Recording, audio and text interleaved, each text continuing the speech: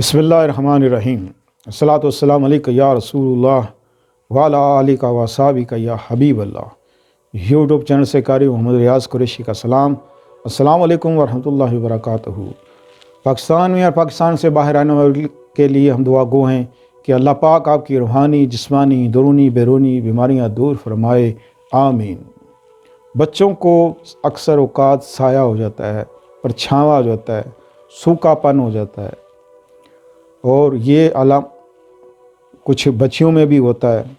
जब बच्चियाँ थोड़ी 14-15 साल की होती हैं तो ये उनमें भी पाया जाता है। अब जिस बच्चों को परछावां पड़ जाता है, साया पड़ जाता है, तो उसकी निशानी क्या है?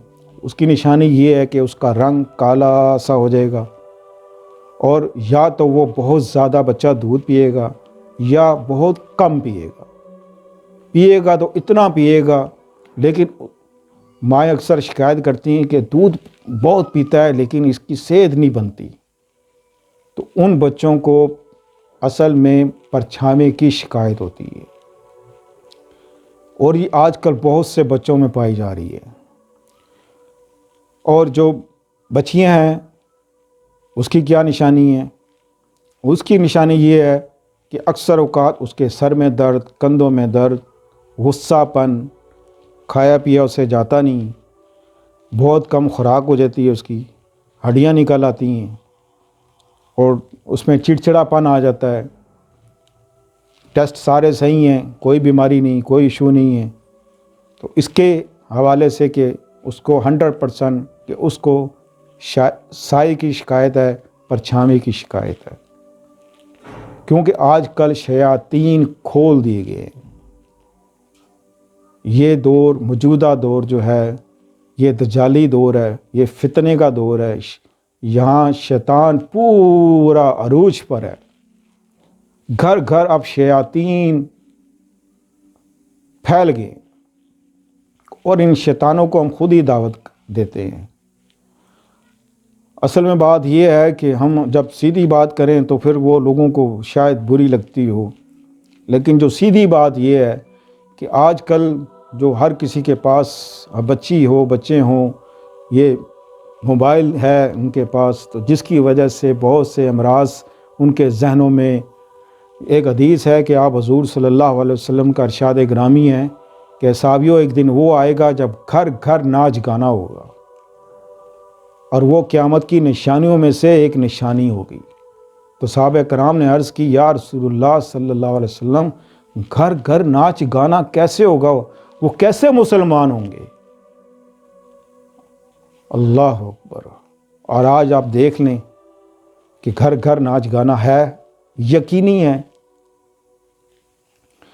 तो आपको अगर इस किस्म के मसले मसाइल हैं तो आपने क्या करना है कि बेरी के 7 पत्ते लेने हैं, और उसको उबाइल करें। उबाइल करके उसको फिर छान कर दूसरे पानी में डाल दें, और फिर उसको नहलाएं 7 दिन, रोज़ाना 7 दिन नहलाएं।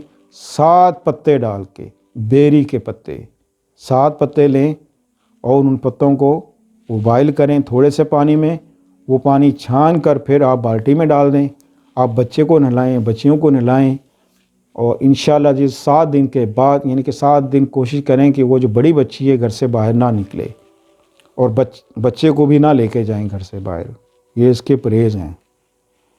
तो 7 दिन के बाद इंशाल्लाह वो बिल्कुल ठीक हो जाएगा, आस्ता आस्ता निखरना शुरू कर देगा, और सेहत पकड़ना शुरू कर देगा, और हमेशा के लिए उसकी जान छूट जाएगी इंशाल्लाह अज़ीज़। आज़माइश शर्त है, ज़रूर आज़माएं और उसको ज़रूर करें।